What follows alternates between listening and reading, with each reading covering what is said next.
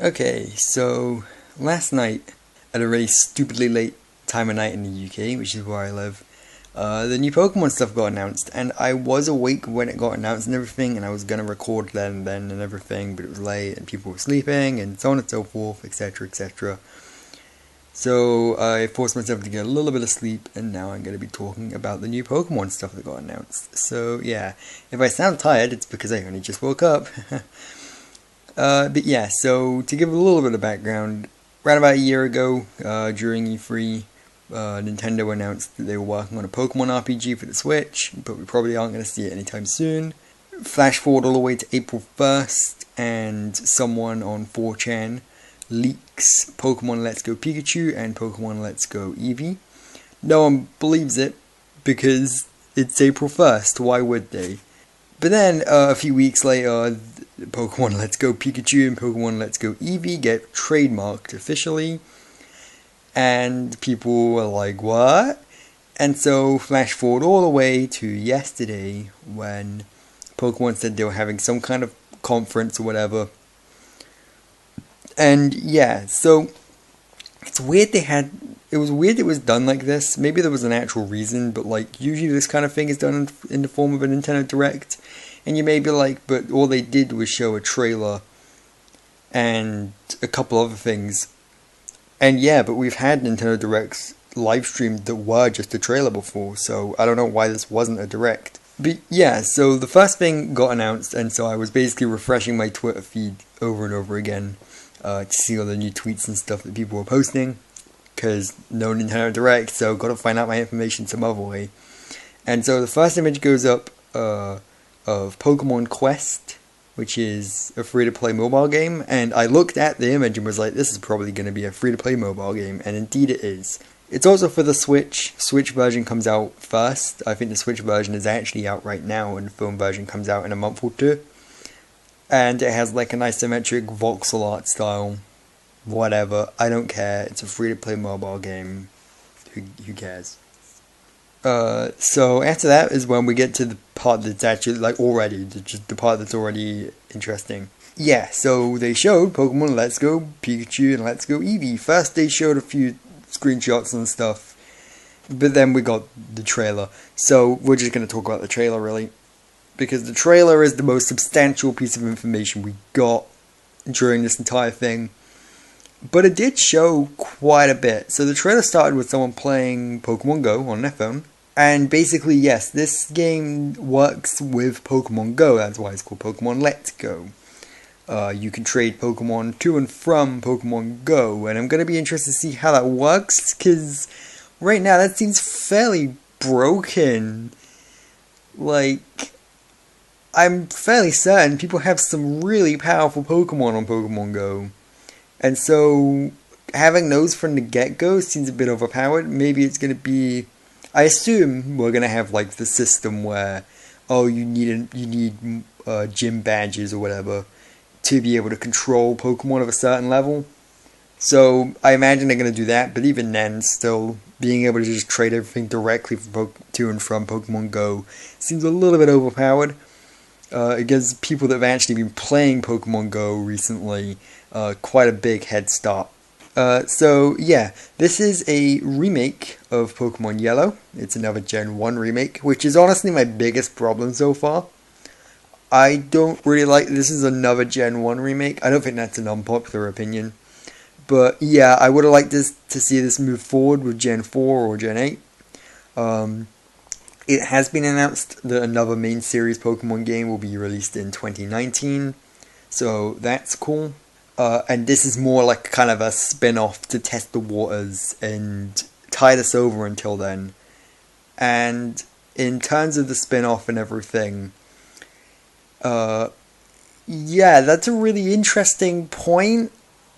It doesn't really look like a spin-off. Like, from the gameplay and everything, it looks like it, retells the entire story for Pokemon Yellow without skipping anything out.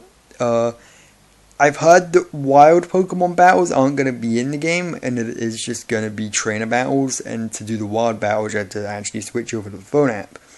Which, if that's the case, that's a bit weird. I'm not a big fan of that. You can use motion controls to capture Pokemon now. Like, you can do a throwing gesture with the Joy-Con or the Pokeball accessory, the Pokeball Plus. Fair enough. You can control your character with just one Joy-Con, which is interesting. And you can like give the other one to someone else where they can play co-op. Co-op is an amazing idea, but I hope it's integrated properly, because it looks very much drop in and drop out. I want it to be from like the beginning, you know, like 2 people play at once at all times, and the second player has as much like importance upon the gameplay and plot as the first player does. But from the looks of things, it's going to be more along the lines of, oh, you're having difficulty against this Pokemon trainer, okay, let another person join in and help you then. Similar to kind of like Dark Souls. It's not online either, it is just couch co-op, by the way. I heard that there's no online in this game at all, and spin-off or not, that's really stupid. Not having any online in a Pokemon game at all nowadays is really dumb. I mean, you could say, oh, but this is a remake of Gen 1, and Gen 1 has literally never had online, but that's still not a good excuse. It's been so long since then. But, like, the art style looks really cute. I really like the art style. It's a really nice kind of combination of everything. Like, the characters and everything look very much in this kind of style of X and Y. And it looks very kind of cutesy, but like in a good way. They have said it's aimed at younger audiences, with the next Pokemon game being aimed at more like normal Pokemon fans, like competitive ones. Whereas this is kind of like baby's first Pokemon game, which I'm not the biggest fan of. I mean, again, I literally just said it's not aimed at me, but I've never been a big fan of Pokemon games like getting easier over the years. Like the past couple, X and Y and Sun and Moon, were like so easy that I could play them practically blindfolded. And so yeah, this being obviously easier isn't something I'm a big fan of. But oh well, I guess I can live with that. Again, a lot of this reveal this is really hype if it doesn't strip too many features out, and if next year's Pokemon game is as good as they've said it is. Because this is really weird timing to release this now, when they could have just waited a year and released the next proper Pokemon game for the Switch, and people would have got even hyper. Because again, for the most part now, everyone's biggest problem with the game seems to be the fact that it's a nostalgia cash grab, which it totally is, but it is a cool looking one. So you got the Pokeball Plus, which is basically like the Pokewalker 2.0. It's like a Pokeball but without a screen this time.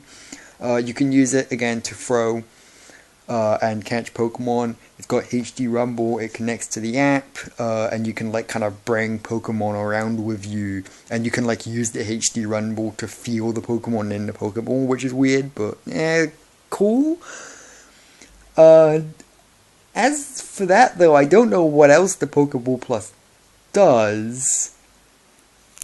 You just carry a Pokemon around in it, and I guess it's similar to the Pokewalker, where you can like level up and strengthen the Pokemon just by walking. I mean, I know for a fact it's going to connect to Pokemon Go, and that's going to be where most of its utility is. It's just another Pokemon Go accessory. It looks fine, as long as it's optional, which it should be. I mean, it doesn't come with the game, you have to buy it separately, so it should be optional. The way that battling and catching Pokemon looks very similar to Pokemon Go, but that's the thing, if it doesn't have wild Pokemon battles, then why would it have catching Pokemon? Which leads me to assume that it does have wild Pokemon battles. It's got the original 151 Pokemon with a handful of Alolan stuff, just like Pokemon Go really, except Pokemon Go has quite a bit more than the original 151, actually. It is a full RPG, November 16th, 2018. I'm literally just reading off of the rest of my notes now.